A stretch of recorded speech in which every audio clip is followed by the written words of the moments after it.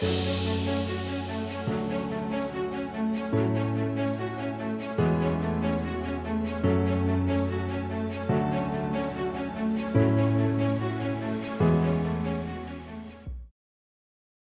and welcome to episode 1 of Mountain Mindset.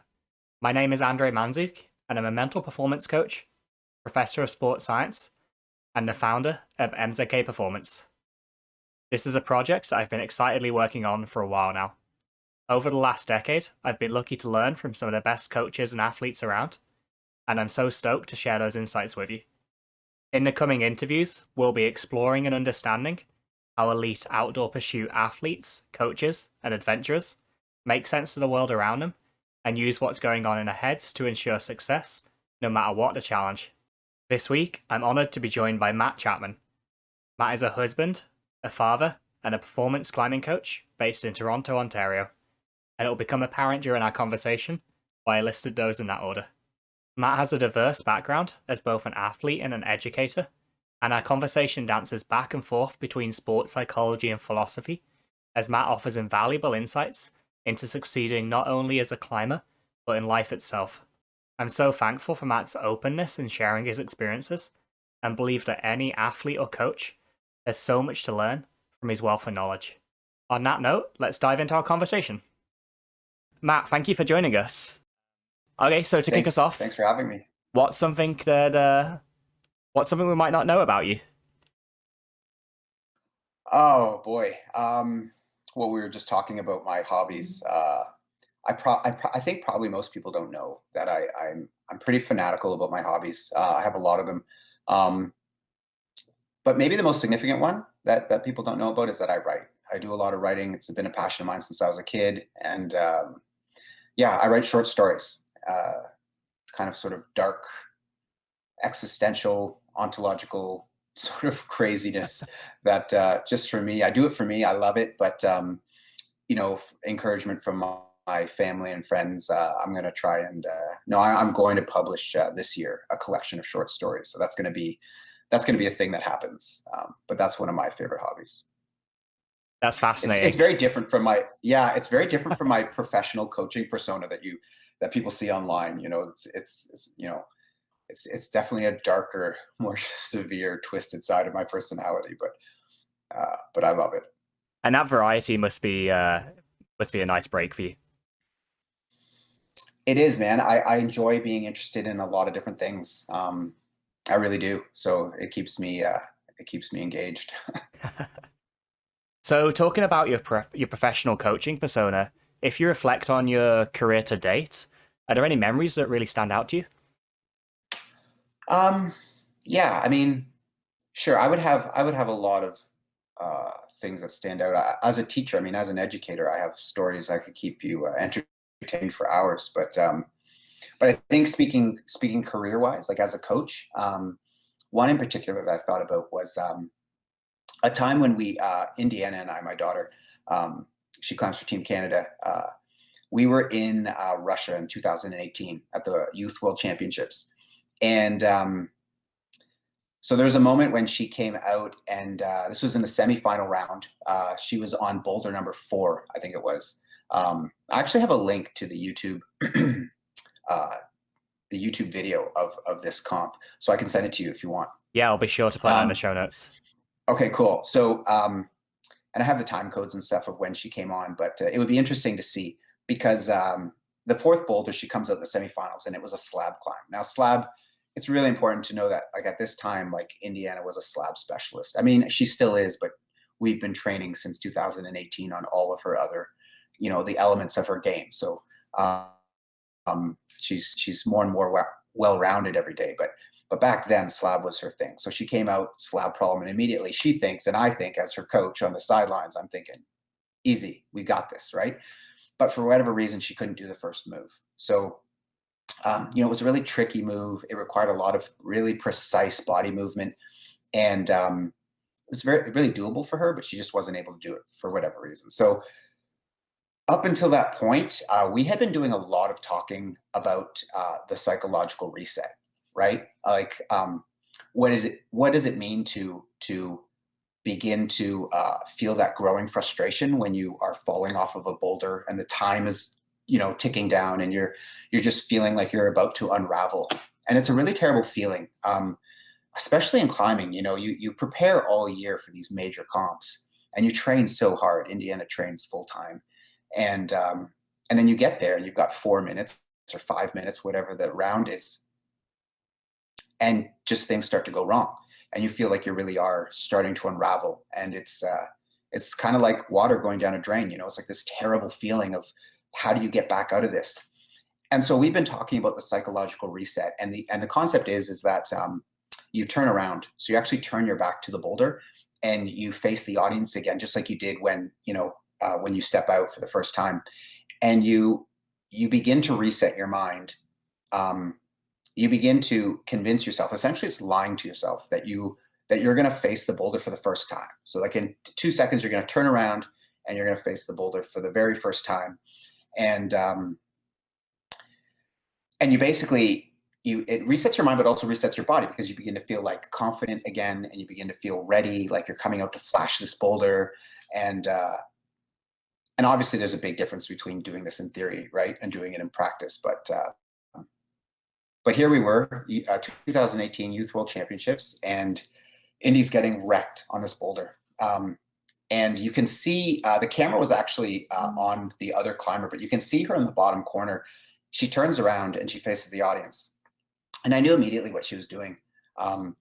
She closes her eyes. It only lasts for a couple seconds. And then she chalks up and she turns around and she previews the boulder, just like she did it at first, right? When you first come out. And then she sent it easily. It was crazy. She just walked up it. And I don't remember the exact score, but I think it gave her like 3 tops and 4 zones or something like that. And that put her in first place at that point. And even the commentator, I remember watching the live stream afterwards with her to sort of figure out what went wrong. And the commentator was like, "Oh, well, Indiana made that boulder look really easy." And Indy told me it was super easy. But the mental sort of gymnastics that took place, you know what I mean? Or the mental bouldering, whatever, the mental gymnastics that needed to take place in order for her to do that, that's not easy. That was an enormous accomplishment. And as a coach, when you ask about things that stood out, I love to see my athletes perform physically. I really love to see them overcome, whatever little injuries or tweaks and do something amazing on the wall. But mental victories for me are way more satisfying. Yeah, it sounds like that must have been such a validating experience for both you and for Yeah. Indiana.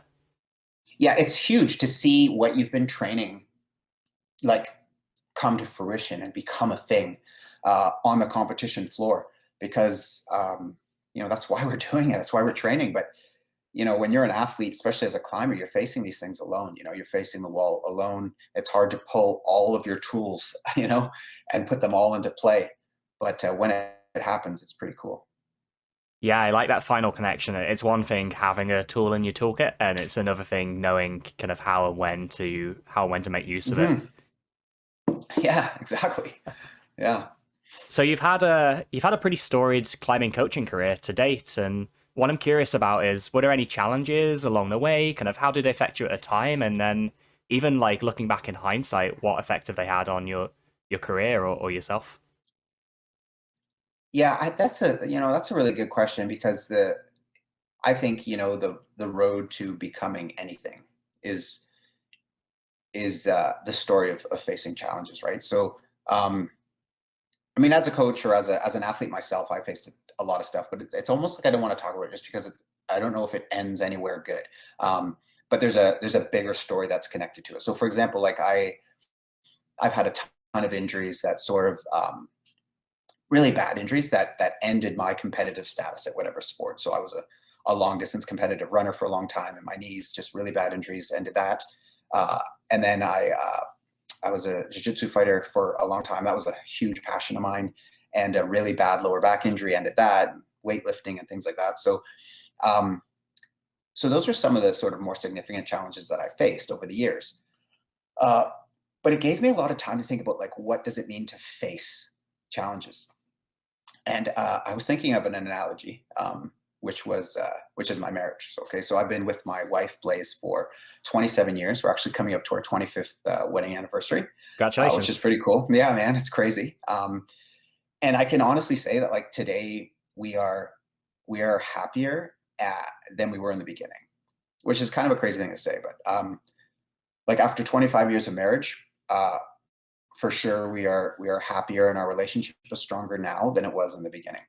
And that's not to say that the beginning wasn't awesome because we were young and Yeah. you know we were love crazy and all that stuff. But it's definitely better now. And the point is that that's not easy. You know, many times I had to really wage war against my instinct to throw in the towel. I had to face weaknesses and shortcomings and push myself to choose love and togetherness over whatever my selfish desires were at the time or my fears or insecurities. And my wife had to do the same, like she had to choose togetherness with a guy who wasn't so easy to live with, right? And she did that time and time again because we told each other this relationship matters, right? We told each other like this is worth fighting for. And I bring this up to say that like I think we all need to make this decision at some point, right? Like about some aspect in our lives. It doesn't matter what it is. It's a relationship. It's a career. If you love something, then it's worth training for. It's worth fighting for, and it's worth training for. And I think that training is really about preparing yourself for times of testing, because there's always going to be times of testing. It doesn't really matter what you do. Adversity's coming. Doesn't matter if you're starting a business or trying to keep a relationship together or training for the Olympics. You're going to face adversity. It's coming, and training for me is fundamentally about preparing for that. Preparing yourself to confront struggle, preparing yourself to confront discomfort and pain and even victory. I mean, that's not easy to deal with, right? But you're gonna have doubts along the way. And for me, training is about dealing with those things and learning to deal with those things and acquiring tools. Like we were just talking about tools, that you can kind of just keep and deal with, that you have to combat adversity. And I'd say that the most important tools that I've acquired over my life are mental tools, opposed to physical tools, right? And I think the reason I value mental tools so much is because mental tools don't go away, whereas physical tools do. I thought of an example. When I was, when I was younger, I could do 1,000 push-ups. Okay, I did 1,000 push-ups in an hour. This was a thing.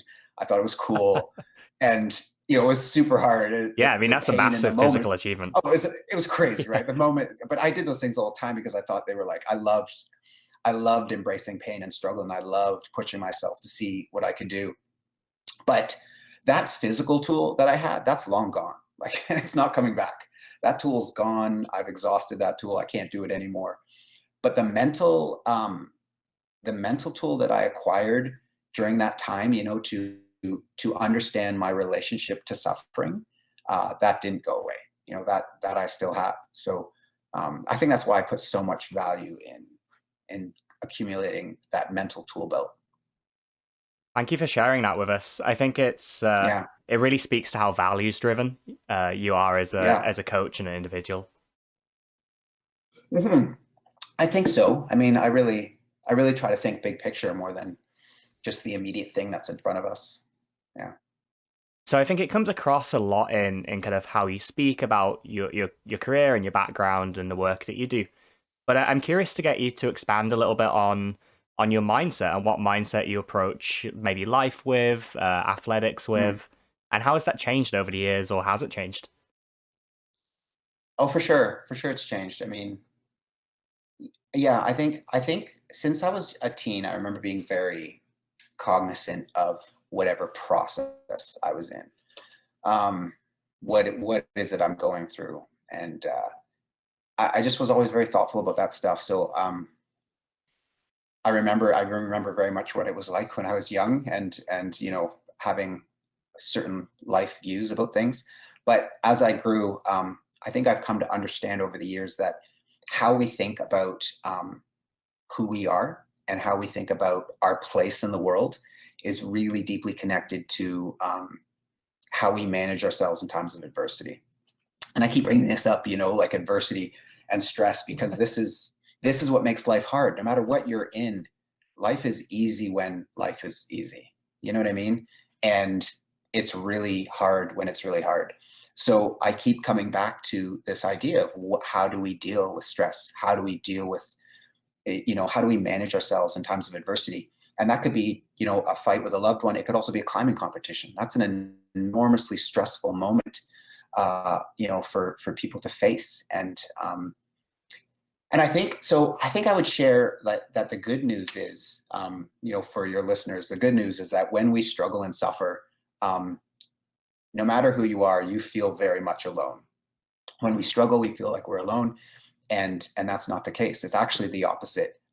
Human beings are not so different. In fact, I think we're mostly alike, despite how much our culture teaches us that you love PC and I love Mac, and that we're all individuals. I think for the most part, especially cognitively, right, especially about how we think, human beings are identical.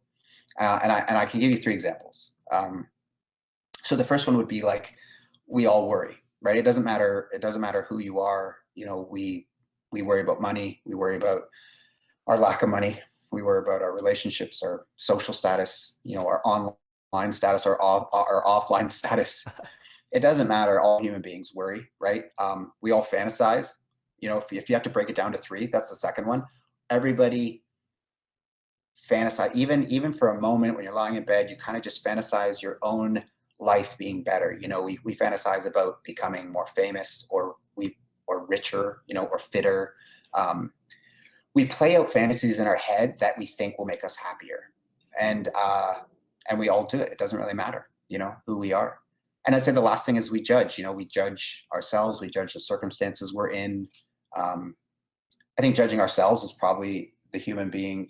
I think it's our favorite indoor sport. Is self-judgment. This is what we do. We stand in front of the mirror. We loathe ourselves, and we judge ourselves. And when I came to understand these things, that people were not so complex, and that was easier to sort of understand how my own brain works and how my own fears and insecurities, were affecting me. I came to realize, a long time ago, that I was a very fundamental truth that very much changed how I behave throughout the day. And the truth is this, I'll share it with you, is no matter what we do, okay, so whether it's some little habitual thing here or a little bit there, but especially mentally, no matter what we do, no matter how small it is or even seemingly insignificant, that action or that thought takes us one step closer or one step further away from who we want to become. So in other words, the little things add up until they define us. And that's a really powerful thought that it's critical in sport, it's critical in life. That the idea is that we are responsible for who and how we become. And it's not external circumstances. It's us who is responsible for how we deal with things. And I would say that there's probably, I remember writing this down last year as just a summary of sort of thinking about these things for decades, is that there's probably only 2 things that we can absolutely control in this life, our thoughts and our behavior. And I think they happen in that order, because what we think about affects how we behave. So yeah, I would think that this is the most, maybe one of the most important things to understand about sport and life is the power we have to choose.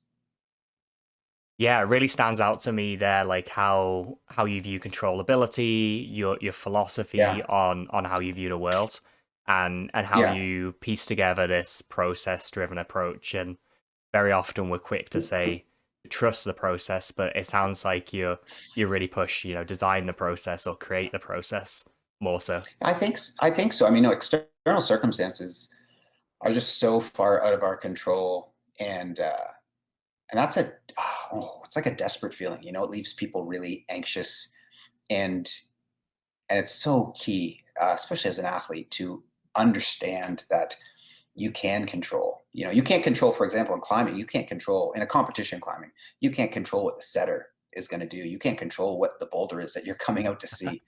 Um, you can't control whether or not you have a small tweak in your finger, or if you don't feel good, or if you didn't have a good night's sleep. Um, but you can control how you respond in the moment. You can control the narrative that you tell yourself in your head, right? Um, and that's a powerful thing that re-empowers us to face whatever. And it seems like you take a kind of a cognitive behavioral approach in a lot of ways. I don't know how much kind of counseling theory you've delved into, but the you can control your Too thoughts and much for somebody actions who didn't is go to school for it. I nerd out on these things. It's terrible, but yeah, I love it. well, it clearly carries over to really building that skill set that you have. Yeah, that's right, for sure. Yeah, So, man. so on the theme of skill set, in mental performance, we often view it in two main areas, right? We have our mindset and we have our skill set, and those kind of Yep, interact within our performance. So, yep. are there any particular mental skills that either you instruct or you really value yourself that can help with performance or with wellness or self care? I can think of one that covers all of those categories. Excuse me. Positivity, definitely. It's such a maybe it's a bit cliche, but there's a it's just I think it's the most important skill you can have as a human being, as an athlete. So in neuroscience, refers to something called the default network, and it's how our brain works. And the idea is that there's a natural way that our brain goes, that if we're not actively like focusing on positive ideas and practices, that we naturally slip into like a self-defeating way of thinking. And especially if we don't take control of it, and actively take control of these thoughts, of our self-talk, then the thinking, like I said, changes the behavior, and then the behavior changes our abilities. So I'll give you an example. I see this in climbing all the time. I'll see like top athletes, they fall off of a climb, and then just in their body, in their body movement, slumping of the shoulders, shaking their head, you can see that they're playing out this narrative, right, in their head. The narrative that is negative, and it almost immediately starts affecting their behavior, and then it immediately affects their performance. It's like that spiral I talked about, like the water going down the drain. Like once you start to unravel in that situation, you're not coming back. It's just, if you don't have the mental skills, you're not coming back. It's like talking about what Indiana did with resetting, at the World Championships. Our default psychology is negative. It tends to be negative. So there is a way to practice, which is so empowering. Again, there's a way to practice positive narratives and positive viewpoints. And I would say that is the most important thing. I also think that the training industry, like training, when I say, okay, let's go train, I think that the training industry is far too one-sided, namely on physically becoming stronger, right? That's what we spend our time doing, is training to be stronger. But I can tell you for sure, from my experience, that it doesn't matter how many push-ups or pull-ups you can do, or how many hours you spend in the gym. No amount of physical training is gonna trump a self-sabotaging mindset, right? Like if your brain is conditioned and practiced in self-sabotage, that's it. I don't care how strong you are. Whatever you practice, you get good at. And I think a lot of us aren't aware of how often we're practicing negativity. Um, and to become aware of that and to take control of that, it'll change your game. I promise you. I've worked with athletes, where super strong athletes that actually, I can tell you a quick story if you want. Yeah, please go ahead. I worked with an athlete. I still do. He's been with me a long time. Tosh, he's in BC, and when he sort of asked me to come and work with him, we hadn't done any training together. He was on this just really a kind of a slump with his climbing, and he asked me to work with him, and I came out to I think it was regional championships, and we just had a chat in ISO. And after the conversation, he went out and he put a best show on he's ever put. I forget what his place was. It was high. He did amazing. But it was a 20-minute conversation. I didn't train him physically in anything. All we did was reframe some of his thinking about himself and his position in the world, and his relationship with climbing, and his attitude about pressure. And he put on a show, man. It was something else. And I think that's his strength was the same as everybody else's. It's the mind that matters. It really is. Thank you for sharing that story. I like that. I like that self-talk insight. Right, we can reframe and we can Yeah, reinforce, and we can yeah, use it in a. I like to focus on using it in a really structured way. Right, we often view self-talk as what's happening to us rather than what we can do with it. yeah. And That's what right. comes out to me is that idea of, you can practice this, you can put the time and effort into making these changes. Yeah. Oh yeah, yeah. You can train it, and that's what I mean by like training is one-sided. I think they're, you know, like what you're doing with working with people, working with athletes, and helping them reframe and rethink about what it means to use your mind as a tool. That's in my opinion that's more important than push-ups and pull-ups for sure. So we kind of touched on it there, but I'm curious, are there any habits that either you've developed yourself over the years or you've developed in your athletes that you found have been real game changers? And then the part two of that question is, I'm curious about how you go about forming habits when you're trying to implement new behaviors in your day to day. Uh, so that's a tricky question. I mean, I'm I'm a big believer in routines and habits for sure, and they're very important. But I don't think they're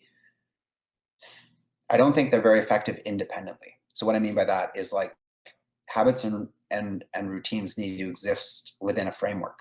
And for me, the why we do something is way more important than the how we do something. So, um, so what I always ask my athletes is like, what's the bigger goal? What are we doing here? When I'm coaching the Boulder Park team, that's what I talk about with my other coaches and with the owners of the gym is what is the why behind what we're doing.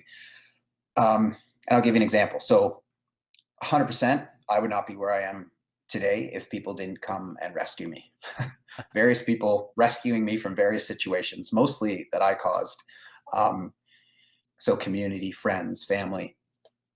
This for me is what life is about, right? Being with others, being for others.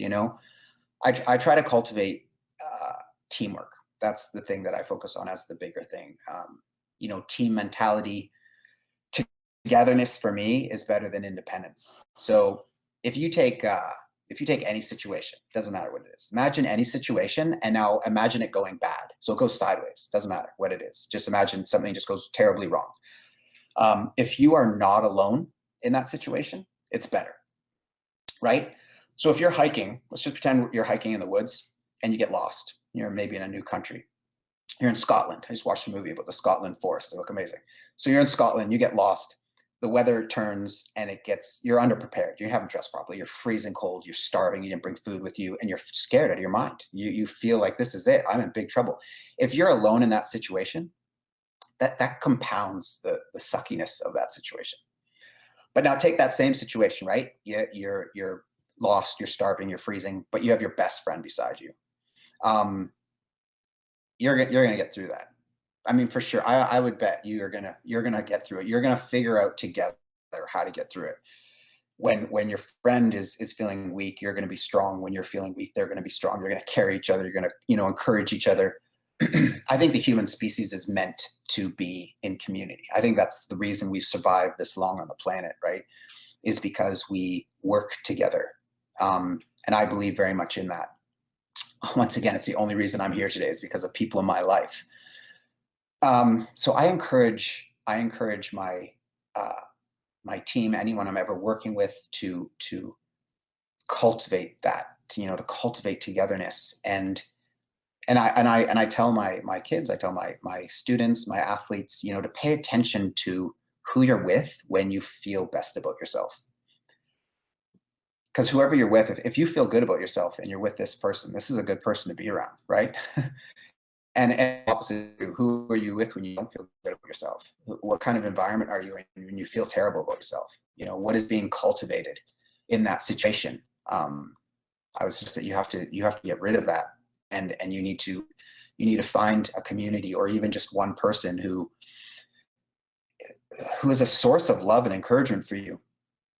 Um, and then I think I would just lastly say that from an individual perspective, I also want to ask myself, like, who do I want to be in a social situation? Do I want to be the type of person that others want to be with because they see me as someone who's encouraging and they feel good about themselves when they're with me? That for me is a driving factor. Um, so yeah, I think under the umbrella of togetherness, we have various habits and routines that we use as a team to move forward, but they are always moving forward together. That's the they're the parts of the larger sum. Um, and I'm really proud of my team. Like the kids that I work with, it's crazy. Their love and support of one another it's really inspiring, and I love that I get to be a part of that group. Um, and so I would say that that's the focus. The focus is on togetherness, teamwork, building one another up, and that is more important than the smaller habits and routines. Does that make sense? Yeah, totally. I'm sure they really Yeah. appreciate you cultivating that group dynamic and that environment for them to learn Mhm. into. And it really Yeah. stands out to me how much this links into your concept of controllability. And we can Yeah. control who we surround ourselves with, and we can Yeah. control who we go hiking with, even if we Yeah. can't control what happens to us when we're out there. Absolutely. Yeah. I mean, as a teacher and as a coach, I've been in so many situations where the leadership is not cultivating that first, right? They're cultivating smaller techniques, but they're not cultivating the bigger whole togetherness. And if you don't have that group of people that are excited to work together and are feeling encouraged to do that and given techniques to do that, then the smaller sort of things that we do don't matter, because that's what the greatest human need is, to belong, is to feel like we belong. I think Jean Vanier said that. He said, we think that the greatest human need is to be loved. If you ask people to say, "Oh, I want to feel loved," but it's actually a confusion of vocabulary. The what we really want is to feel like we belong. We want to feel like we belong to another person. We want to feel like we belong to a group. Um, and so that's your priority as a leader, in my opinion, is to cultivate that sense that we are together in this. And then everything else is easier. Everything else is smooth sailing, in my opinion. Yeah, it really seems like that stands out in the work, the coaching work that you do, and just even the fields of work you find yourself in. Yeah, absolutely. So it sounds like you've led a really varied life. You really value being surrounded by others, and use the term togetherness there. I'm curious, is there anyone you've been particularly inspired by over the years, and kind of what about them inspired you? What did you learn from them? So I guess, like, in the industry, in the climbing industry, I have people that I like kind of think are cool, but Yep. I'm not really into like idolizing. I don't really have heroes. My wife is my hero. My wife is my source of inspiration. Yeah. Like, hands down, she is the from day one. She has been my number one source of inspiration, encouragement. The reason I am today and who I am today is absolutely because of her love and support over the years. I mean, I was married at 21, so I was married quite young. I've been when I was 18. So in my formative years, she was the one saying, "Yeah, do that. You can do that. Like, let's do this together. Let's help you, get to where you want to be." And then I would turn around and say, "Okay, now it's your turn. Like, what do you want to do?" And she wants to pursue music. So then I would just work full time and she would pursue music. And we would go back and forth, kind of just supporting each other and building careers and doing the things that we want to do as a couple. Yeah, I would not have anything if it wasn't for Blaze and kind of our relationship. That's the person I look up to and enjoy life with the most. Oh, thank you so much for sharing that. And I love how many common threads are going through this conversation, right? When we're thinking about relationship building and what we Yeah. can control surrounding ourselves with the people we want to be surrounded with and who lift us up. Yeah. Yeah, I mean, it's funny because, you know, I, I'm with so many people now in various fields, in the coaching field and the teaching field. I'm with so many young people in their 20s, and their focus is career. Their focus is building that life. What are they going to do? What what money are they going to have? What do they, do they want to travel? Do they want to go to university? Do they want to build a career? My whole 20s were about building one relationship. My 30s were about building one relationship. I had careers, and but none of them really. I don't have $1 million in the bank. Like, I never had this big success of owning my own business, anything like that. My relationship success is superior, is phenomenal. I have the equivalent, right? I have the equivalent of building a multi-billion-dollar business, but I have it in a relationship because I spent 2 decades just focusing on that. So now that I'm in my 40s, I'm mid 40s. Now I'm starting to think about, okay, my life is good. I'm happy. I've built this thing, this super successful relationship. Now what? Well, now I want to do my other things. So my teaching career lately has been doing well, and my coaching career is doing well. And I'm, I think I just did it backwards. I focused on a relationship first, and for me, it worked out really well. So it's funny. It's funny how much it changed my perspective on the world and life. And Yeah. oh, that's such a wonderful perspective to share with us too. Thank you for going through that. Yeah, you're welcome. Yeah. So how about advice? Have you ever received any particularly good advice? If so, kind of who gave it to you? What did they say? I can think of one person. His name is Brian Cunnington. He was a friend, mentor. He's a professional. Well, he's a professor. He's a professor of psychology and theology. Older, wiser man, which I've always seemed to like seek out older, wiser people than me that can teach me about the world. He taught me about one thing. He taught me a lot of things, but he taught me one thing that stands out, and he taught me about anger. And he did it in a way that demystified it for me and it changed my life. I mean, for me, anger was something that I struggled with, and it was something that it was such a complicated, loaded emotion. You know what I mean? Like, where does it come from? Why do we get angry? What is it? Like the psychological depth of that one thing just it really like made me angry. It really made me like, what is this thing that's happening to me? And Brian told me, he told me that there's only one reason why human beings get angry. It's like, really? What? There's only one reason why people get angry. He said, picture any reason people get angry. You're driving and somebody hits you with the car, and you're on your way to somewhere important.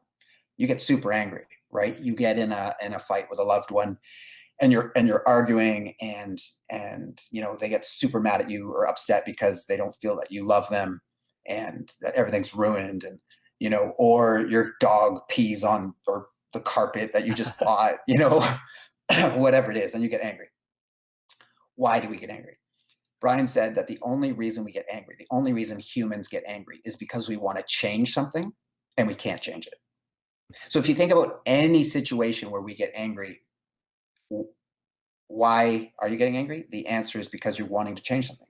And if throughout my life I've been thinking about that, and throughout the last 10 years, and I realized every time I get angry, it's because I want to change something, but I can't change it.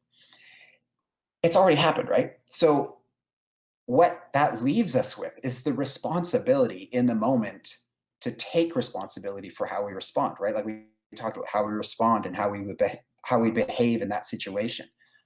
And for me, that demystifying anger like that, it just was very freeing, and it helped me position myself so that when I was getting angry, to think, wait a minute, I can't change this thing. It's already happened.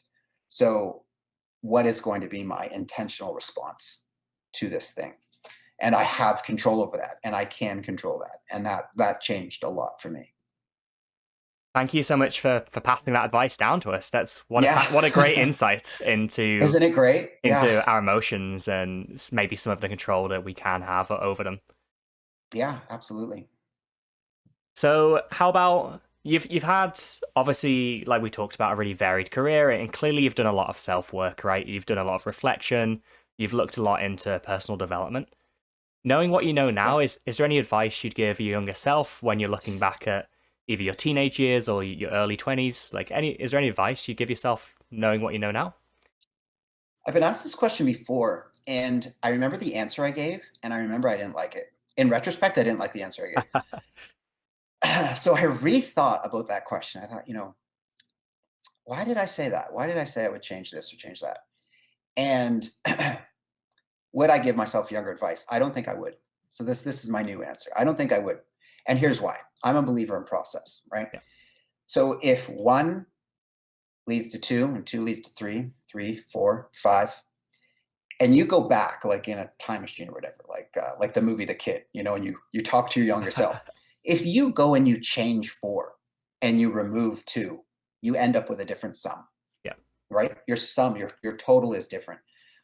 So then the question actually becomes, do I want to change the sum of my life? And the answer is no. I don't. I don't think I would change anything about my life. And I'll tell you why. When my girls were young, we were having a conversation about what it means to be thankful, right? So what does it mean to be a thankful person? And we were talking about all sorts of facets of being thankful. But I had an image pop into my head during this time. And I went and I grabbed a big piece of paper and I taped it to the TV and I drew a roller coaster, winding and curving with loops and big falls and corkscrews. And I drew the roller coaster with our family in it. And I said, girls, this is life, right? Being thankful is not about being thankful for just the fun parts. When you're going down and you're like, woohoo, that's not being thankful. You have to be thankful for the crappy parts as well. The boring parts when you're going up the hill and the parts where you are going to vomit or you do vomit because you're so sick, or the scary parts. Thankfulness is about being thankful for the whole ride. So I feel thankful for what I've been through, all the crappy parts, the injuries even, because they're all part of the roller coaster. And in my opinion, you don't get to pick and choose what you're going to be thankful for. You're either thankful for life or you're not. It's it really stands out to me how it started with like a butterfly effect analogy, and then it turned into a really deep piece about gratitude.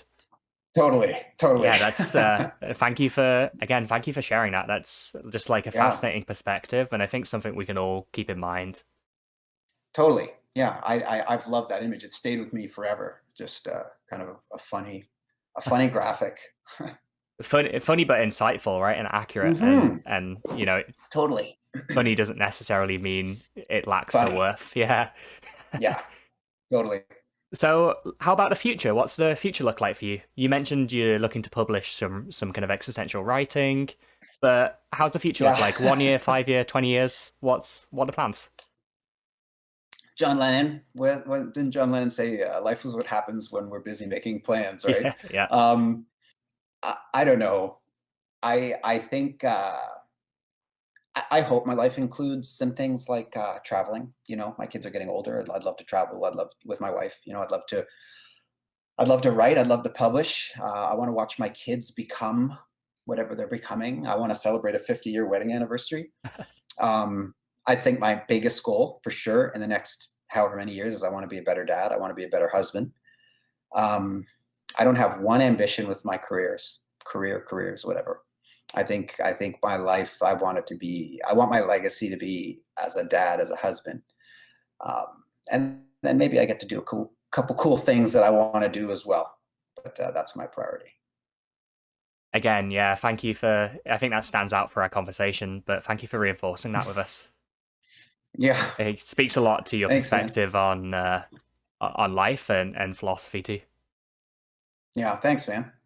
So we chatted a little bit about your support system. We've talked about your Yeah. family and your fellow coaches at the gym. But I'm Yeah. curious to, just before we finish off here, to explore what that support system looks like. Are there any individuals or organizations that you kind of want to talk a little bit about?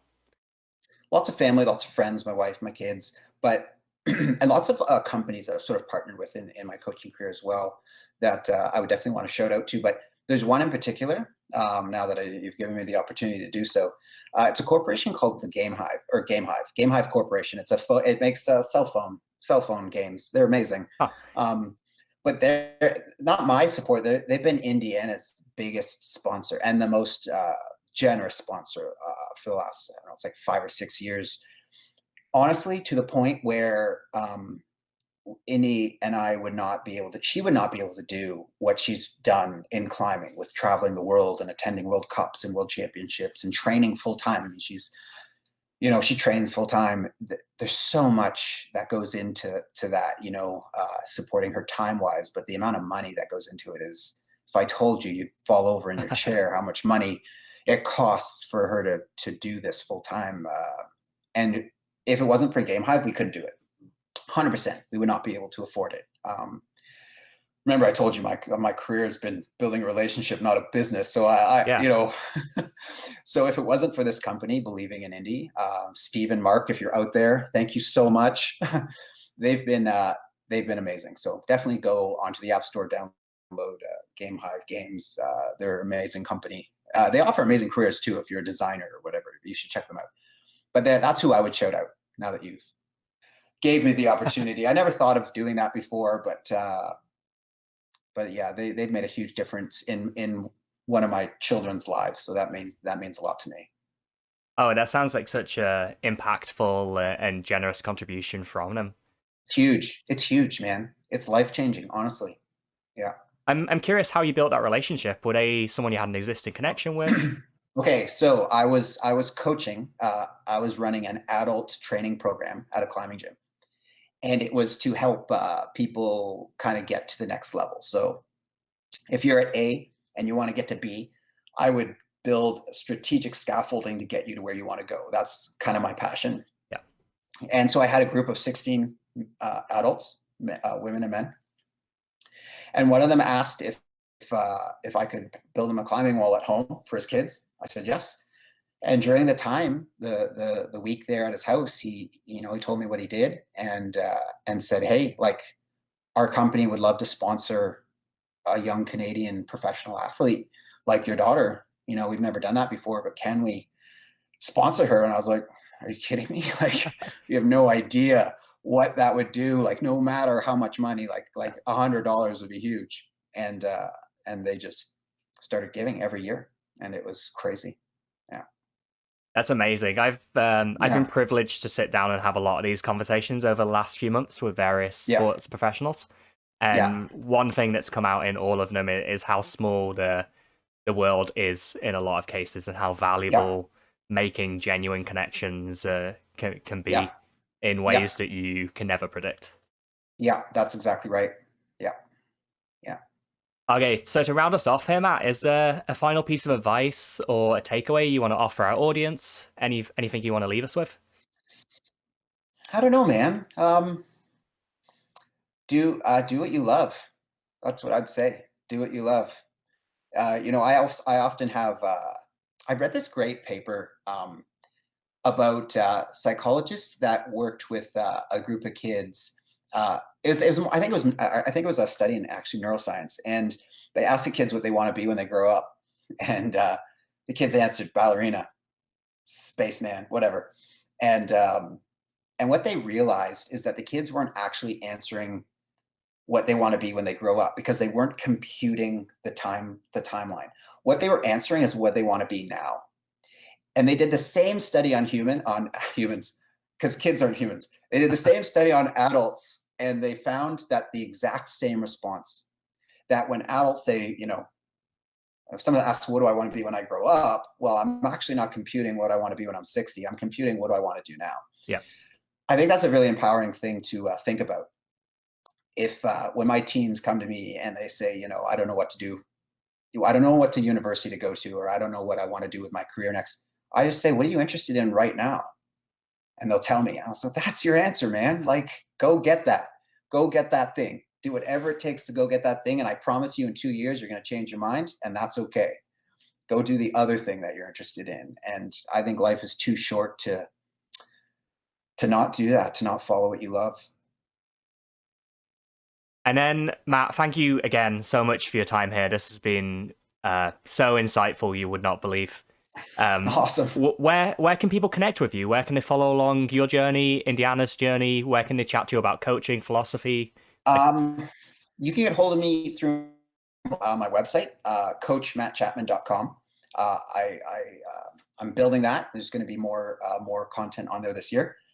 My Instagram is at Coach Matt Chapman. And then if you're ever in Toronto, at Boulder Park, I am coaching there when we open. I'll be coaching there every night. I'm either coaching team or I'm working with athletes in various capacities. But yeah.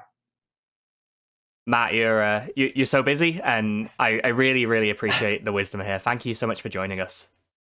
Yeah, man. Thanks for having me, and congrats on this. This is really exciting, and I love the title. I love the content. Um, I'm going to be watching and subscribing, so I'm excited for what you're doing. Thank you so much for joining me for that conversation with Matt Chapman. I really appreciated how Matt ties together the theoretical side of coaching with a series of real-world examples. If you enjoyed this interview and want to see more content like this, then please take the time to give this video a like and subscribe to the channel. I've included all links mentioned in my conversation with Matt in the description down below. I would highly recommend checking out the video of Indiana at the World Championships, as it's a perfect example of sports psychology in practice. I'm Andrei Mandzuk, and you've been watching Mountain Mindset. Until next time.